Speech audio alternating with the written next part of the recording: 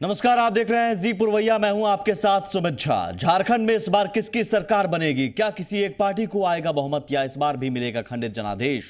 इस पर से मंगलवार को पर्दा उठ जाएगा, क्योंकि 5 चरणों में हुए विधानसभा चुनाव के लिए मतों की गिनती मंगलवार को होगी और इसलिए मंगलवार बड़ा दिन के पहले झारखंड के लिए होगा बड़ा दिन, क्योंकि जनता का फैसला सबके सामने होगा। फैसले के बड़े दिन के पहले हम हाजिर हैं उस पर सबसे सटीक और सबसे विश्वसनीय विश्लेषण के साथ।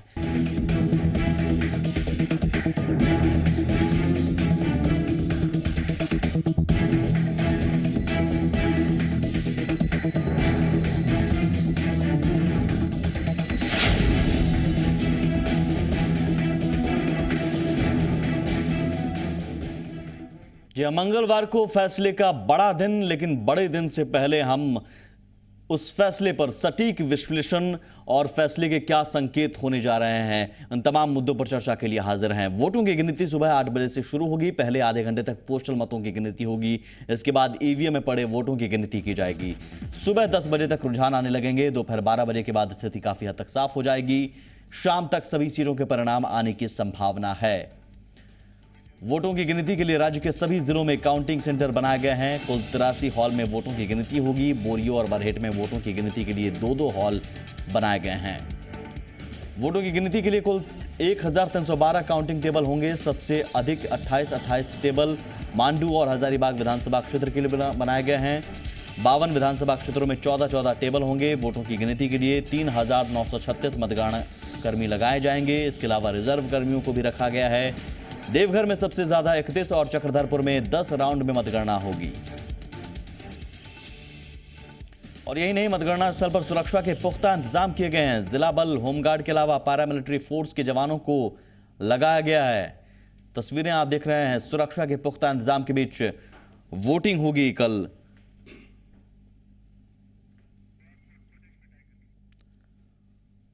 तो 5 चरणों का चुनाव संपन्न हुआ शांतिपूर्वक, लेकिन सुरक्षा व्यवस्था काउंटिंग के लिए भी कड़ी की गई है।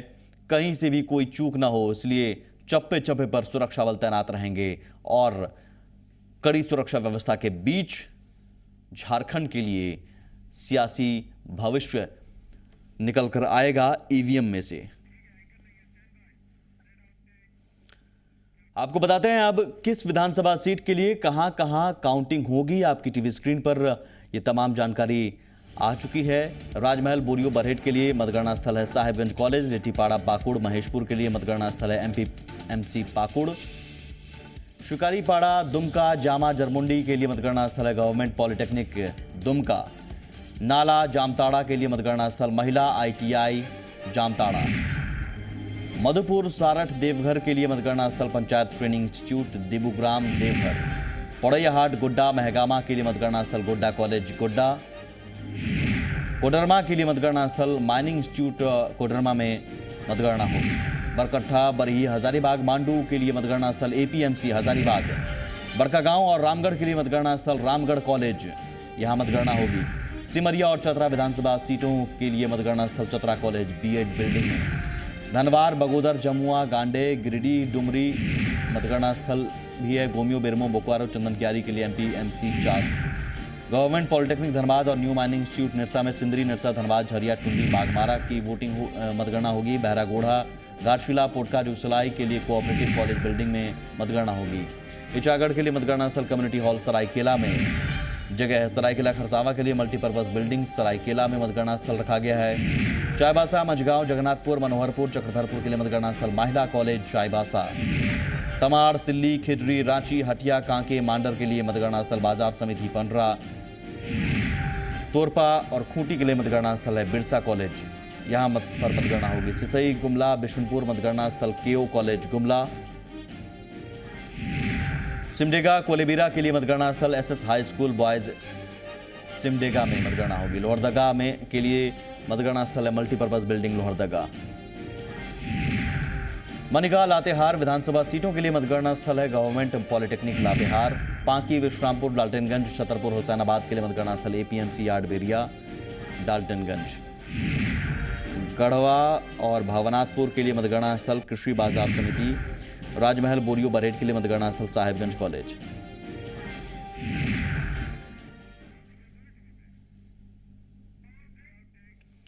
और मंगलवार को कई दिग्गजों की भी प्रतिष्ठा जो दांव पर लगी थी, दिग्गजों का भी फैसला हो जाएगा उनकी किस्मत का, जिसमें सीएम, 2 डिप्टी सीएम, विधानसभा अध्यक्ष, 2 पूर्व विधानसभा अध्यक्ष, 3 पूर्व डिप्टी सीएम, 6 पार्टियों के प्रदेश अध्यक्ष, कई मंत्री और पूर्व मंत्री शामिल हैं। इनमें हेमंत सोरेन सबसे अहम चेहरा। मुख्यमंत्री झारखंड के मौजूदा दुमका और बरहेट से 2 जगहों से इस बार चुनाव वो लड़ रहे थे। अर्जुन मुंडा पूर्व मुख्यमंत्री खरसावां से चुनाव लड़े, बीजेपी में सीएम पद के दावेदार भी माने जा रहे हैं। बाबूलाल मरांडी पूर्व मुख्यमंत्री जेवीएम के अध्यक्ष धनबाद और गिरिडीह 2 जगहों से चुनाव लड़े। आजसू से सुदेश महतो हैं आजसू प्रमुख, पूर्व मुख्यमंत्री सिल्ली से चुनाव लड़े हैं। इनकी भी किस्मत का फैसला मंगलवार को होगा। सुखदेव भगत कांग्रेस के प्रदेश अध्यक्ष हैं, लोहरदगा से चुनाव लड़े हैं और इनकी भी किस्मत का फैसला ईवीएम खुलते ही होगा मंगलवार को। शशांक शेखर भोक्ता विधानसभा अध्यक्ष, जेवीएम की टिकट पर सारठ से चुनाव लड़े। इसके अलावा सीपी सिंह पूर्व विधानसभा अध्यक्ष हैं, बीजेपी की टिकट पर रांची से चुनाव लड़े इस बार और पहले भी लड़ते रहे, जीते रहे हैं। इस बार क्या होगा देखना होगा। बंधु तिर्की टीएमसी के प्रदेश अध्यक्ष, मांडर से विधानसभा चुनाव ये लड़े हैं और इनकी भी किस्मत का फैसला आएगा। रघुवर दास पूर्व उप मुख्यमंत्री, बीजेपी के राष्ट्रीय उपाध्यक्ष, जमशेदपुर से पूर्व से चुनाव लड़े। और इसके अलावा प्रोफेसर स्टीफन मरांडी पूर्व उप मुख्यमंत्री, महेशपुर से चुनाव लड़े, चुनाव के पहले जीएमएम में शामिल हुए।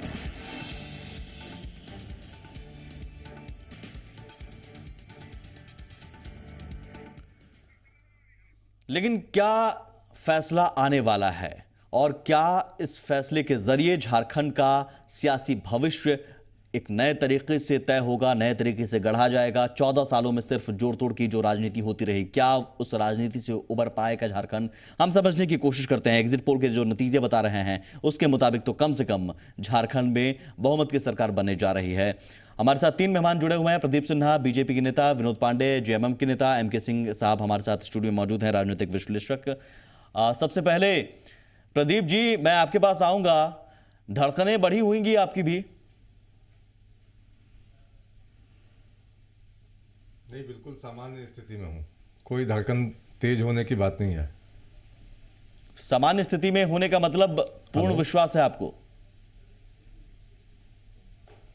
बिल्कुल बिल्कुल, राज्य की जनता पर विश्वास है, अपने नेताओं पर विश्वास है, कार्यकर्ताओं के जो मेहनत किया उन्होंने उस पर विश्वास है। विनोद जी, आप भी सामान्य स्थिति में हैं या धड़कनें तेज हैं? हालांकि कहने के लिए होता है कि सामान्य स्थिति, लेकिन धड़कनें तेज होती हैं। बिल्कुल बिल्कुल सामान्य स्थिति में हैं और हम समझते हैं कि जिस तरह से इस राज्य में हम लोग काम के बदौलत लोगों के बीच में गए, हमको जो समय मिला इस राज्य में सरकार में रहने का और जो हमने काम किया चंद महीनों में, उस काम को लेकर के हम जनता के बीच में गए और जनता ने पूरा सहयोग, पूरा समर्थन अपना दिया है। और अब तो कल जब ईवीएम खुलेगा तो सारी बातें सामने आ जाएंगी। विनोद जी, लेकिन क्या आपको लग रहा है कि एग्जिट पोल के नतीजों के मुताबिक जिस तरह से बीजेपी को क्लियर मेजॉरिटी देने की बात हो रही है, तो ऐसा लग रहा है कि आपके लिए कुछ असहज जैसी भी स्थिति है? बिल्कुल कुछ नहीं, दूसरे विकल्पों पर भी आप विचार कर सकते हैं?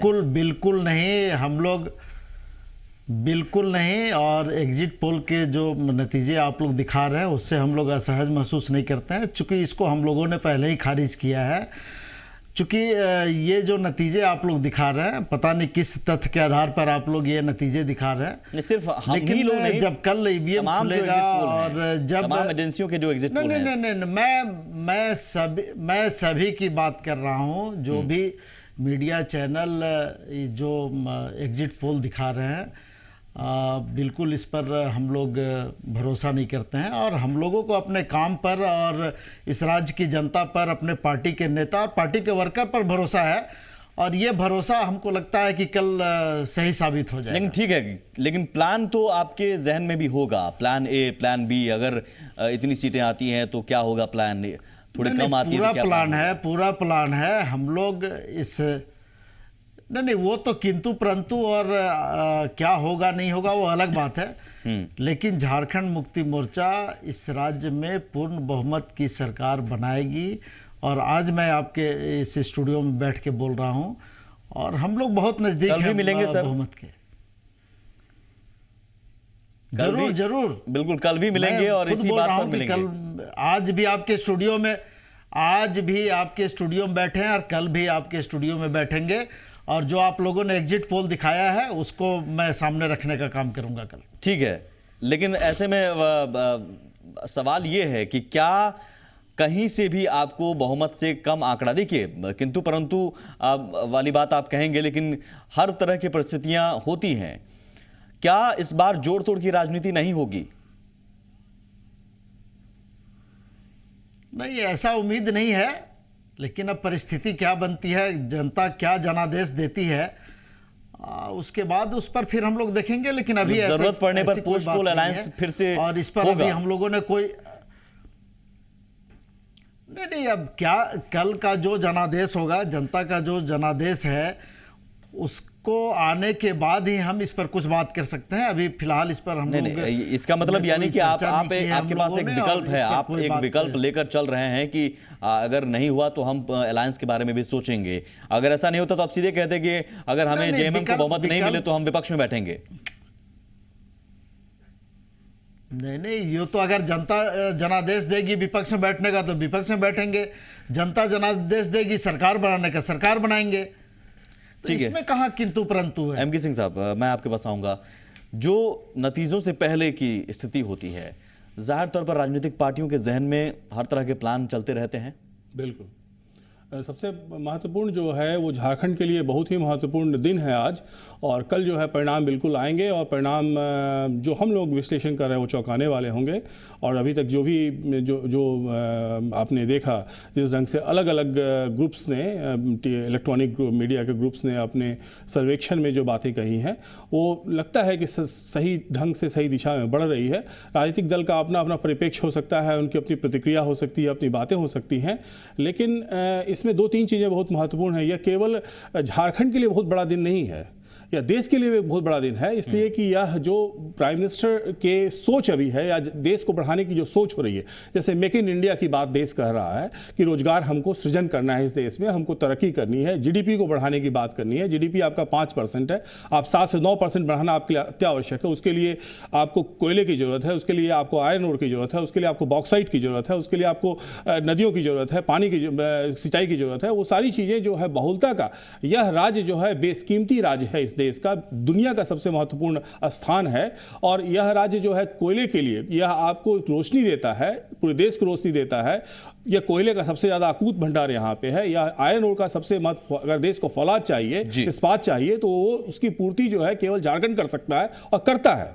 ठीक है, यह महत्वपूर्ण राज्य है, और इसका चुनाव परिणाम अगर आप फ्रैक्चर्ड मैंडेट आता है तो पुनः जो है उसकी कुंजी जो है इंडिपेंडेंट्स के पास रहेगी, या उन लोगों के पास रहेगी जो कभी मौका बदल सकते हैं। क्या इस बार क्षेत्रीय दल ही झारखंड का भविष्य तय करेंगे, निर्दलीय भविष्य तय करेंगे, या फिर कुछ अलग होने वाला है? हम प्रमंडल वाइज अगर देखें, हम विश्लेषण करने की कोशिश करते हैं पिछले चुनाव के मुकाबले इस बार क्या स्थिति है।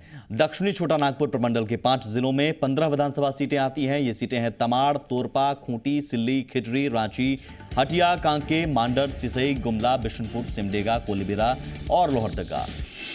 ये 2009 में इन 15 सीटों में बीजेपी को 5, कांग्रेस को 2, आजसू को 3, जेएमएम को 1, जेडीयू को 1 और निर्दलीय को 3 सीटें मिली थी। यानी इस क्षेत्र में बीजेपी सबसे बड़ी पार्टी थी।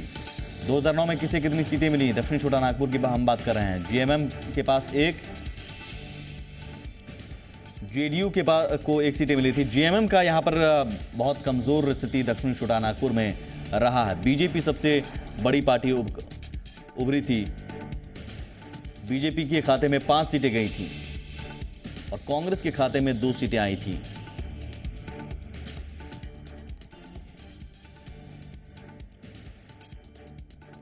बीजेपी सबसे बड़ी पार्टी उभरी इस प्रमंडल में।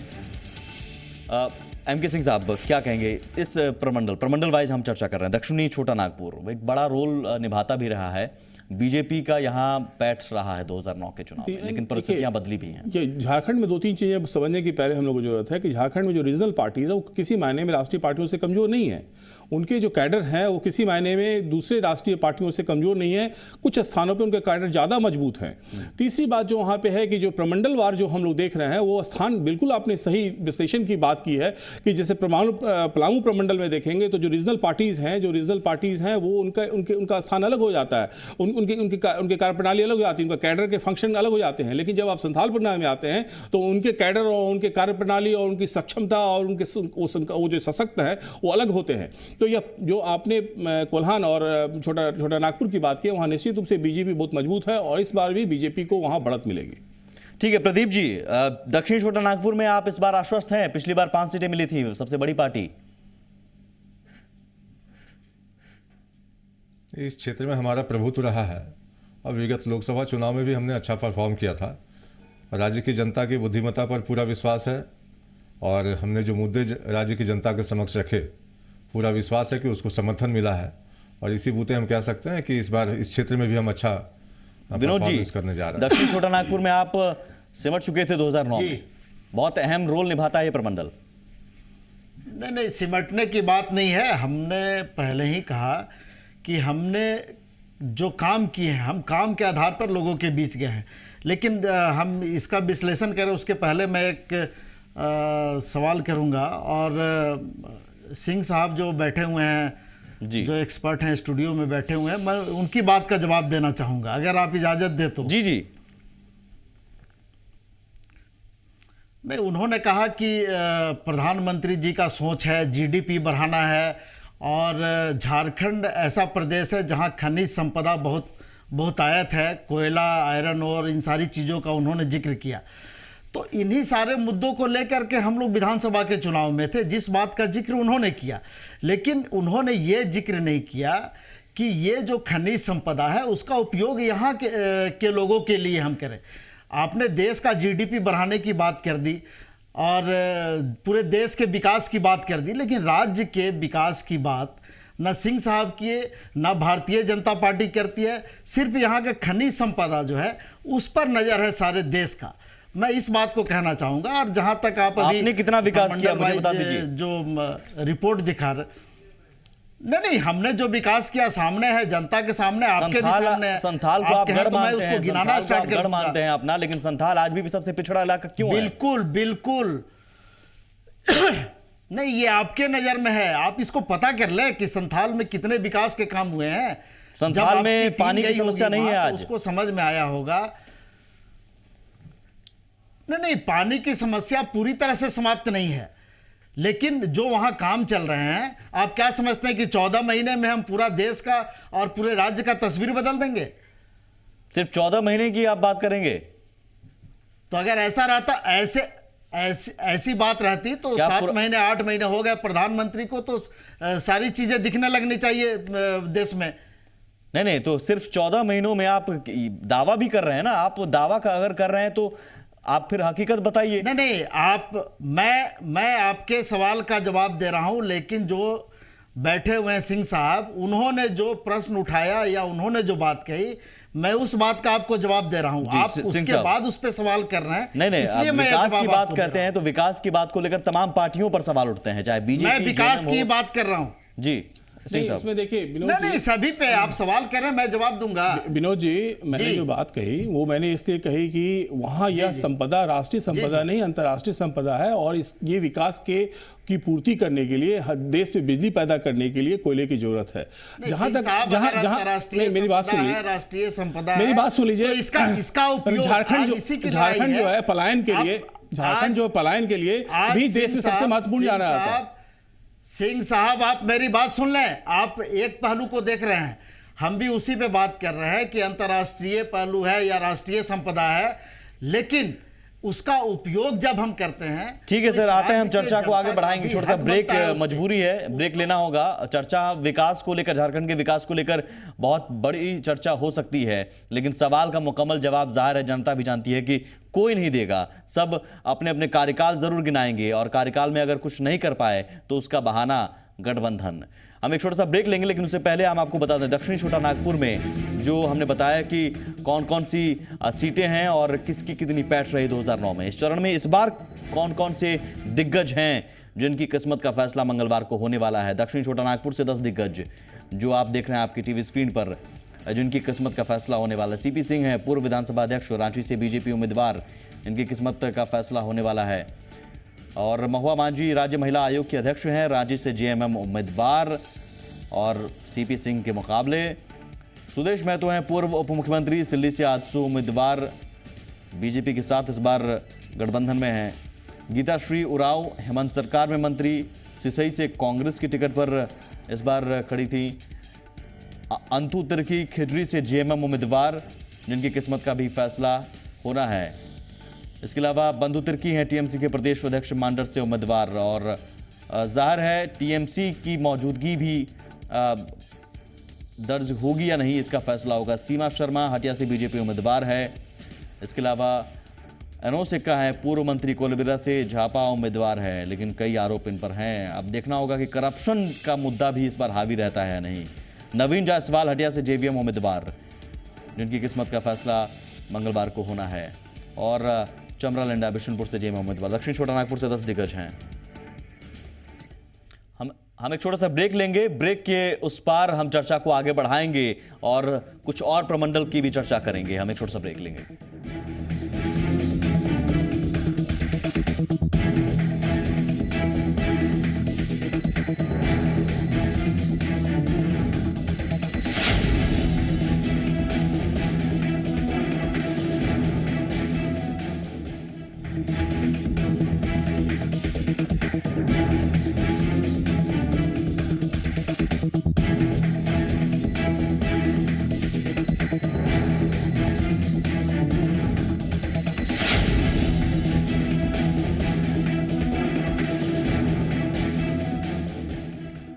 तो मंगलवार को फैसले का बड़ा दिन है और उससे पहले हम सटीक विश्लेषण के साथ हैं। हर प्रमंडल में हर सीट की जो मौजूदा स्थिति है हर सीट की, हम उस स्थिति की चर्चा कर रहे हैं। साथ ही ये भी कि क्या झारखंड में 14 सालों की जोड़ तोड़ की राजनीति खत्म होगी इस फैसले के साथ, क्या नया भविष्य गढ़ पाएगा झारखंड इस फैसले के जरिए। इन सब के बीच जो एग्जिट पोल के नतीजे हैं उसके मुताबिक तो बीजेपी को पूर्ण बहुमत मिलने जा रहा है, जो एग्जिट पोल के नतीजे हैं। और जाहिर है शायद उन्हीं नतीजों के आधार पर बीजेपी ने जश्न की तैयारी भी शुरू कर दी है। झारखंड चुनाव में उसे जीत का पूरा भरोसा है, लिहाजा जीत के जश्न की तैयारी पूरी हो चुकी है। पार्टी ने जीत के बाद पूरे रांची में लड्डू बांटने की तैयारी कर रखी है, जिसके लिए लड्डू तैयार किए जा रहे हैं। प्लानिंग के मुताबिक प्रदेश के मुख्यालय में 400 किलो लड्डू बांटे जाएंगे, जबकि पूरे रांची में 2000 किलो लड्डू बांटने की योजना है। जीत का जश्न मनाने के लिए क्या बीजेपी ने और तैयारी कर रखी है, बता रहे हैं जी मीडिया संवाददाता ब्रजेश मिश्रा। झारखंड में बीजेपी सरकार बनाने को लेकर किस कदर आश्वस्त है, आपको ये नज़ारा देखकर आसानी से अंदाज़ा लग सकता है। यहाँ पे लगता है कि कल झारखंड में लड्डुओं की बारिश होने वाली है और फिलहाल जो है अभी से ही तैयारियां शुरू कर दी गई हैं। लगभग अभी 400 केजी का ऑर्डर दिया गया है और जैसे जैसे रुझान आगे बढ़ेगा वैसे वैसे और भी ऑर्डर आने की संभावना है, उम्मीद है। हमारे साथ मिठाई दुकान के जो मालिक हैं वो हैं सेल्स मैनेजर हैं। क्या ऑर्डर मिला है आपको? ऑर्डर मेरे को अभी तक 400 केजी लड्डू बोला गया है, अभी तक उसका तैयारी मैं कर रहा हूँ। आगे फिर रुझान के मुताबिक कल ऑर्डर और प्ले होगा तो फिर मैं उसके हिसाब से तैयारी कल कर लूँगी। लड्डू की खासियत क्या है? लड्डू प्योर मधुसूदन घी के बना हुआ है, जलान बेसन का है, प्योर मधुसूदन घी में बना हुआ है, प्योर घी का लड्डू है। बड़ा लड्डू तो बनाने का कल बोला गया है कि बड़ा लड्डू कल बनेगा। बड़ा लड्डू भी बनेगा? बड़ा लड्डू 200 ग्राम के साइज की लड्डू कल बनेगी। वो कितना किलो बोला गया है? वो तो अभी 100 केजी बोला गया है। जी सर, करीब 500 किलो का अभी तक ऑर्डर है। जी अभी तक 500 किलो तक बनेगा। और जैसे जैसे रुझान बढ़ेगा, सरकार बनेगी तो और ऑर्डर बढ़ते जाएगा। तो सिर्फ ये लड्डू की ही बात नहीं है। आप बीजेपी ने इस जीत को ऐतिहासिक बनाने के लिए और भी तैयारियां कर रखी हैं। उसने लगभग 22 बड़े बड़े पोस्टर जो झारखंड में अलग अलग जगहों पे लगेंगे उसका भी ऑर्डर दिया गया है। साथ में 2 ट्रक पटाखे का भी ऑर्डर दिया गया है। और ये आतिशबाजी होगी फिराइल चौक, जो यहाँ का महत्वपूर्ण मार्ग है। और जो नेता हैं वो इस तरह उत्साहित हैं कि उनका कहना है कि 5 बजे शाम से लेकर 9 बजे रात तक लगातार आतिशबाजी होगी और 2 ट्रक पटाखे भी मंगा लिए गए हैं। तो अब देखना है कि नतीजे किस कदर रहते हैं और क्या वाकई जो पार्टी उम्मीद लगाकर बैठी है कि उसे इस बार पूर्ण बहुमत मिलेगा, क्या वो मिल पाता है या नहीं। कैमरामैन कुमार गंधर्व के साथ ब्रजेश मिश्रा, जी मीडिया, रांची। प्रदीप जी हमारे साथ हैं बीजेपी की तरफ से। प्रदीप जी, लड्डू खिलाने की तैयारी शुरू हो गई है? देखिए, हर पार्टी अगर जीत से उत्साहित होकर कुछ अपने कार्यकर्ताओं के बीच और उनके मन के अनुसार कुछ करती है तो ये स्वाभाविक है, ये कोई चर्चा का विषय नहीं, ये होता है। नहीं, लेकिन जीत को लेकर आश्वस्त घर में हैं, जब खुशियां पूरी आए, तरह से आश्वस्त खुशी का हैं। माहौल हो तो खुशियां इसी तरह से लोग बांटते हैं। जीत को लेकर पूरी तरह से आश्वस्त हैं नतीजों से पहले?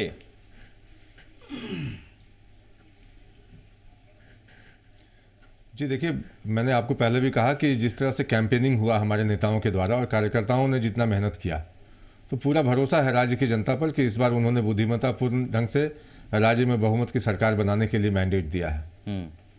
विनोद जी, लड्डू का ऑर्डर आपने भी दिया है क्या? जी नहीं, ऐसा कुछ नहीं है। तो कार्यकर्ता और जो हमारे जिला लेवल के जो नेता हैं वो लोग ये सारी चीज़ें तय करते हैं, लेकिन जश्न की तैयारी तो है ही। जश्न की तैयारी आपकी तरफ से भी है? आप उसको जैसे जरूर। क्या बंटवाने वाले हैं? नहीं, देखिए, बंटवाने वाले, अब आपको हम विजुअल तो नहीं दे सकते हैं, या हम किसी दुकानदार से बात नहीं करा सकते हैं, या फिर पटाखा का जो ऑर्डर है वो नहीं बता सकते हैं। लेकिन हमारे जो कार्यकर्ता हैं, हमारे पार्टी के जो नेतागण हैं जिला स्तर पे, वो लोग अपने तरीके से इसका जश्न मनाते हैं और आप देखेंगे कल जब रिजल्ट आएगा तो किस तरह से जश्न मनता है। ठीक है, बहरहाल हम आगे बढ़ते हैं। लेकिन संथाल परगना प्रमंडल एक बहुत अहम प्रमंडल है। संथाल परगना प्रमंडल, हम प्रमंडलवार चर्चा भी कर रहे हैं। इस प्रमंडल में 6 जिले हैं। इन 6 जिलों में विधानसभा की 18 सीटें आती हैं। वो सीटें हैं राजमहल, बोरिया, बरहेट, लिट्टीपाड़ा, पाकुड़, महेशपुर, शिकारीपाड़ा, नाला, जामताड़ा, दुमका, जामा, जरमुंडी, देवघर, मधुपुर, सारठ, पुड़ैयाहाट, गोड्डा और महगावा।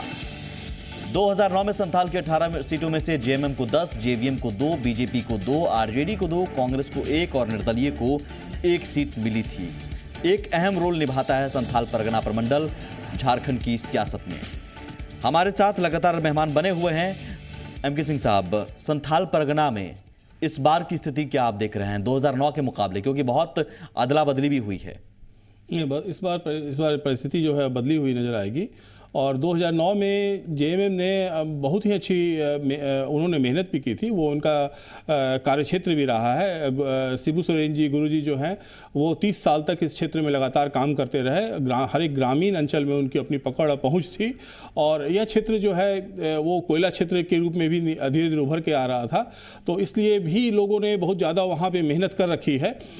लेकिन जो इस चुनाव में मैंने जैसा कहा कि देखिए 3 चीज़ें बहुत महत्वपूर्ण हैं किसी भी चीज़ के लिए, विशेषकर चुनाव के लिए और राज्य के चुनाव के लिए। चुनाव के पहले की आपकी क्या रणनीति थी और उस रणनीति को आपने किस ढंग से पूरा किया। चुनाव के बीच में जो चुनाव प्रचार की जो रणनीति है वो कैसी थी और उसको आपने कैसे पूरा किया, और चुनाव के बाद जब सरकार बनाने की जो रणनीति है वो कैसी होगी। इस तीनों की जो आप की परिकल्पना है वो आप पहले कर चुके होते हैं, 2-4-6 महीने पहले कर चुके होते हैं, साल भर पहले कर चुके होते हैं, और अपने कार्यकर्ताओं के उसके अनुरूप जो है तैयारी कराकर काम करते हैं। और आपके जो रणनीतिकार होते हैं, किसी पार्टी के रणनीतिकार होते हैं, या उनका काम होता है कि किस ढंग से उस लक्ष्य की तरफ, जिस लक्ष्य को आपने संथाल की अगर हम बात कर रहे हैं, संथाल में वही मैं कह रहा हूं कि देखिए आप संथाल परगना में पहले 2 हिस्सों में बांट दीजिए। ऐसी सीटें जो सामान्य सीटें हैं और ऐसी सीटें जो आदिवासियों के लिए सुरक्षित सीटें हैं, अनुसूचित जनजाति के लिए सुरक्षित सीटें हैं। तो यह सीधे ये जो है लगभग 9 का आंकड़ा आपके पास है। तो 9 सीटें जो हैं, उदाहरण के रूप में देवघर की सीट, जरमुंडी की सीट, पुड़ैयाहाट की सीट, गोड्डा की सीट, महगामा की सीट, पाकुड़ की सीट, साहेबगंज की सीट, नाला की सीट, जामताड़ा की सीट, इन हिस्सों में एक अलग, सारठ की सीट एक अलग हिस्सा आता है। जेएमएम जो है सारठ और जामताड़ा, हम लगातार संथाल की चर्चा कर रहे हैं, चाहेंगे संथाल की भी जानकारी हमारे टीवी स्क्रीन पर मिले। क्या मोदी लहर का असर होगा, या संथाल में विकास या बिजली, पानी, सड़क जैसी जो बुनियादी सुविधाएं जिसका हमेशा से सपना दिखाया जाता रहा है लेकिन हुआ कुछ नहीं जमीनी तौर पर? प्रदीप जी, मैं आपसे जानना चाहूंगा, क्या मोदी लहर का असर आप इस क्षेत्र में मान रहे हैं, या संथाल की जो राजनीति अलग किस्म की होती है? डैम हमेशा से मुद्दा रहता है, बिजली, पानी, सड़क जो बुनियादी सुविधाएं हमेशा से मुद्दा रहा है, हर चुनाव में मुद्दा रहा है, उन मुद्दों के आधार पर देख पा रहे हैं, या फिर एक अलग मुद्दा आदिवासी अस्मिता का भी होता है?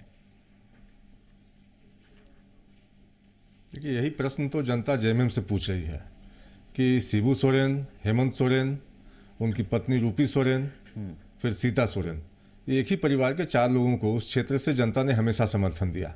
लंबे अरसे से शिबू सोरेन उस क्षेत्र का प्रतिनिधित्व कर रहे हैं। बावजूद उसके अगर क्षेत्र में कहीं जन सुविधाओं की कमी है, सुविधाओं का घोर अभाव है, स्कूल नहीं है, कॉलेजेस नहीं है, अगर स्वास्थ्य की सुविधा पर्याप्त नहीं है, तो इसका जवाब तो जेएमएम को देना होगा, जिसने लंबे समय तक दीजिए जवाब विनोद जी।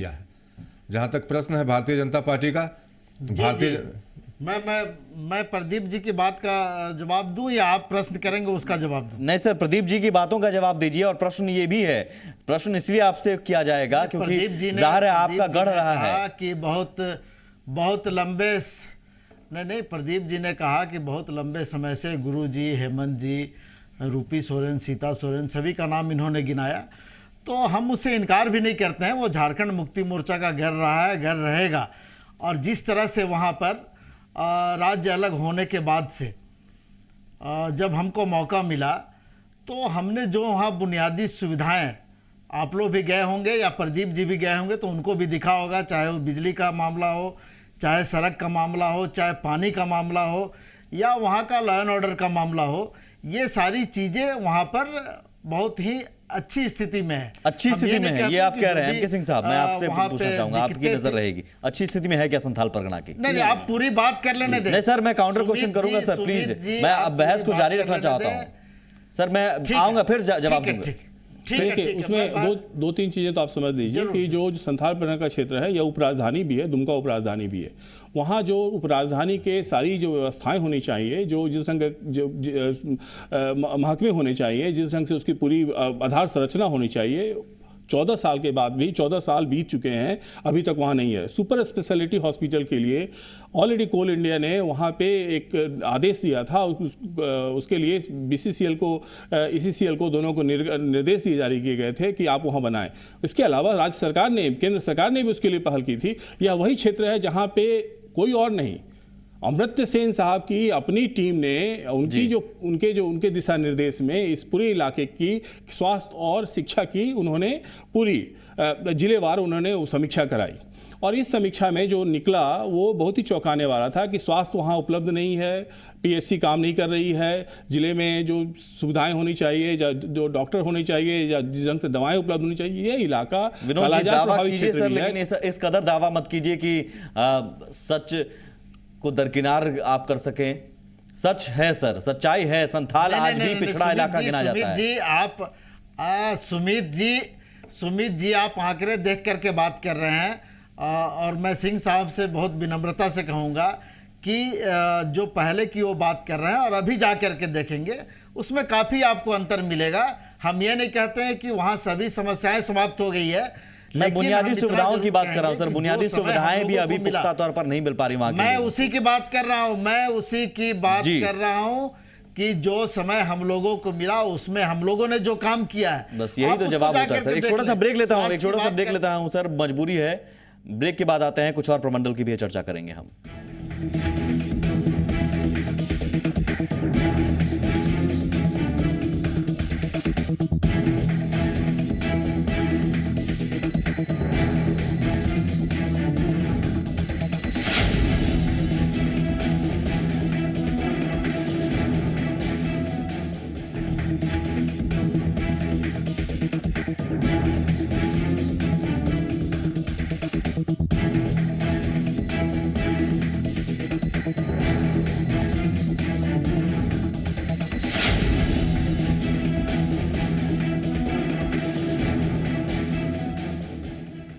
फैसले का बड़ा दिन, मंगलवार को फैसला आने वाला है, लेकिन उससे पहले हम सटीक विश्लेषण कर रहे हैं हर प्रमंडल के स्तर पर।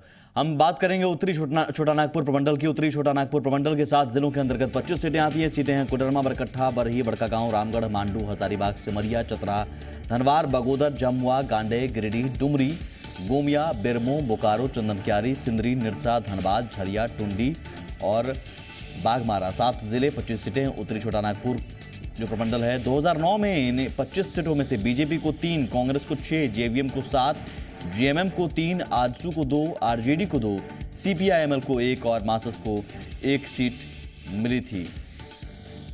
पलामू प्रमंडल की हम बात करेंगे। पलामू प्रमंडल में 3 जिले आते हैं, जिसमें 9 विधानसभा सीटें हैं। वो 9 विधानसभा सीटें हैं डाल्टनगंज, पांकी, हुसैनाबाद, विश्रामपुर, गढ़वा, मनिका, भावनाथपुर, छतरपुर और लातेहार। साल 2009 में पलामू प्रमंडल की 9 सीटों में बीजेपी को 2, कांग्रेस को 3, जेडीयू को 1, आरजेडी को 1, जेवीएम को 1, निर्दलीय को 1 सीट मिली थी। इस प्रमंडल के बारे में खास बात यह है कि यहाँ विधानसभा चुनाव में जीएमएम का अब तक खाता नहीं खुला है और ये क्षेत्र समाजवादियों का गढ़ माना जाता रहा है। कोल्हान प्रमंडल की हम बात करते हैं। यहाँ भी 3 जिले आते हैं। उन 3 जिलों में 14 विधानसभा सीटें आती हैं। वो सीटें हैं बहरागोड़ा, घाटशिला, पोटका, पूर्वी जमशेदपुर, पश्चिमी जमशेदपुर, सरायकेला, चाईबासा, मंझगांव, जगन्नाथपुर, चाईबासा, जुगसलाई, सिमडेगा, कोलेबिरा और ईचागढ़। 2009 में कोल्हान की 14 सीटों में से बीजेपी को 6, जेएमएम को 4, कांग्रेस को 1, आजसू को 1, जेवीएम को 1 और निर्दलीय को 1 सीट मिली थी। ये तमाम प्रमंडल की हमने चर्चा की। हम प्रतिक्रिया लेते हैं जल्दी से। प्रदीप जी, सबसे पहले मैं आपके पास आऊंगा। प्रमंडल वाइज हम चर्चा कर रहे हैं। प्रमंडल वाइज अगर हम देखें तो संथाल में लोकसभा चुनाव के दौरान भी मोदी लहर अपना असर नहीं दिखा पाई थी। इस बार आपको लग रहा है कि मोदी लहर के बूते आप झारखंड में उन क्षेत्रों में भी आप पैठ बना पाएंगे जहां पर जीएमएम का गढ़ रहा है या फिर दूसरी पार्टियों का गढ़ माना जाता रहा है? देखिए, एक तो हमारे प्रधानमंत्री जी का नेतृत्व, उसके अलावा उनकी जो कार्य क्षमता, कार्यकुशलता है, एक वो लोगों को प्रभावित करता है। उसके अलावा हमारे कार्यकर्ताओं ने बड़े पैमाने पर निचले स्तर तक मेहनत किया है और हमारे नेताओं ने जो प्लानिंग की, माइक्रो प्लानिंग आप कह सकते हैं, वो नीचे स्तर तक हम गए। आप कमोबेश कह सकते हैं कि हर घर तक हमने दस्तक दी।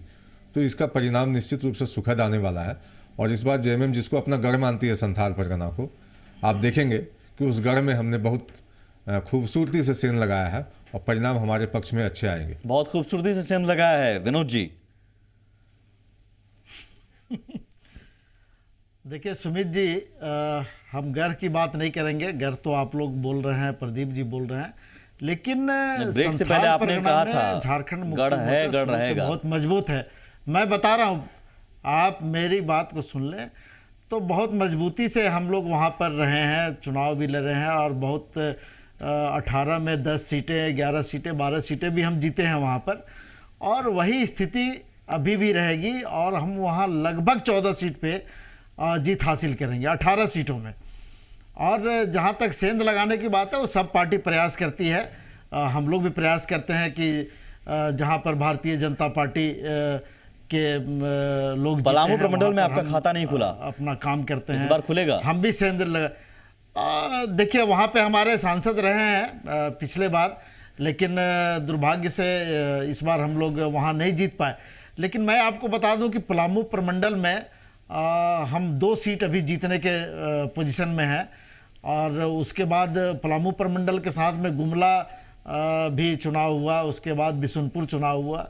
तो कुल मिला जुला करके प्रथम चरण का जो मामला, वहाँ से हम 3 सीट जीत रहे हैं। आप इस पर गहराई से अगर ध्यान देंगे तो ये तीनों सीट आपको लगता है कि चेहरा इस बार देखा गया है या फिर मुद्दे, विकास के मुद्दे हैं, या फिर आपका जो पुराना मुद्दा रहा है? नहीं, चेहरे की बात नहीं है। आदिवासी अस्मिता का मुद्दा, क्या वो आदिवासी अस्मिता का मुद्दा भी है? भावना,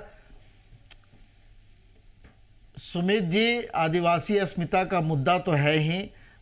और दूसरी बात कि हमने पहले ही कहा कि हमने जो चंद महीने में जो काम किए हैं सरकार में, यहाँ आम लोगों के लिए, चाहे वो किसी जाति धर्म समुदाय के लोग हों, उनके लिए जो हमने काम किया, हम काम को लेकर के विधानसभा का चुनाव में गए थे और काम को हम बताते थे कि हमने ये काम किया।